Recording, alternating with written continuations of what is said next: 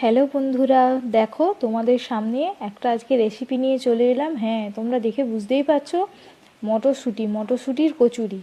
দেখো, মটরশুঁটিটাকে আগে বেটে নিতে হবে, তাই জন্য মিক্সি মেশিনে মটরশুঁটিটা নেওয়া হলো।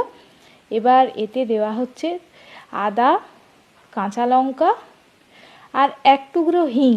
তারপর দেওয়া হলো চিনি, এরপর দেওয়া হবে একটু নুন, তারপর দেওয়া হবে ধনে গুঁড়ো।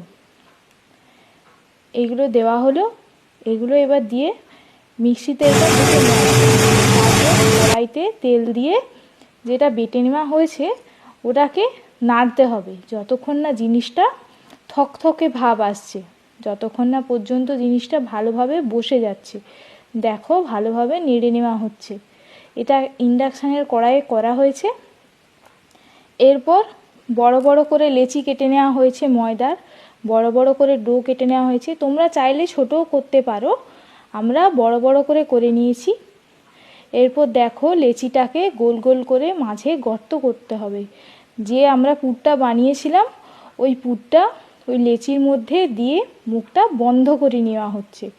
এইভাবে সমস্ত লেচিগুলো রেডি করা হলো, দেখতেই পাচ্ছ তোমরা।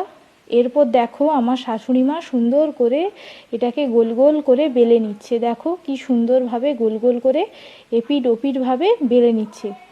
এইভাবে পরপর সবগুলো বেলে নিতে হচ্ছে। দেখো, তোমরা দেখতেই পাচ্ছ গোল গোল করে বেলা হচ্ছে। দেখো কি সুন্দরভাবে গোল হয়েছে। দেখো, গোল করে বেলে নেওয়া হলো। এরপর কড়াইতে তেল দেওয়া হয়েছে ভাজার জন্য। দেখো, এরপর কড়াইয়ে দিয়ে দেওয়া হলো।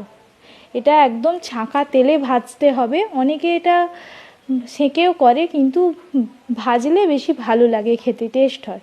দেখো, ভাজা হয়ে গেল সুন্দরভাবে। দেখো, এটা কি সুন্দরভাবে ফুলে উঠছে। এপিট ওপিট ভালোভাবে ভেজে নিতে হবে সুন্দরভাবে। দেখো, গোল গোল করে লুচির মতন করে ফুলে উঠছে। কি সুন্দর জিনিসটা, আমার তো বেশ ভালোই লাগে এইভাবে লুচির মতন করে খেতে জিনিসটাকে।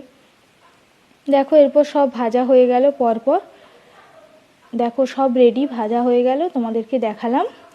আর সেদিন এর সাথে হয়েছিল আলুর দম, নিরামিষ আলুর দম। দেখো, তোমরা দেখতে পাচ্ছ আলুর দম নিয়ে নিয়েছি থালাতে, মটরশুঁটির কচুরি, আলুর দম আর মিষ্টি। দেখো, সেটা তোমাদেরকে দেখালাম।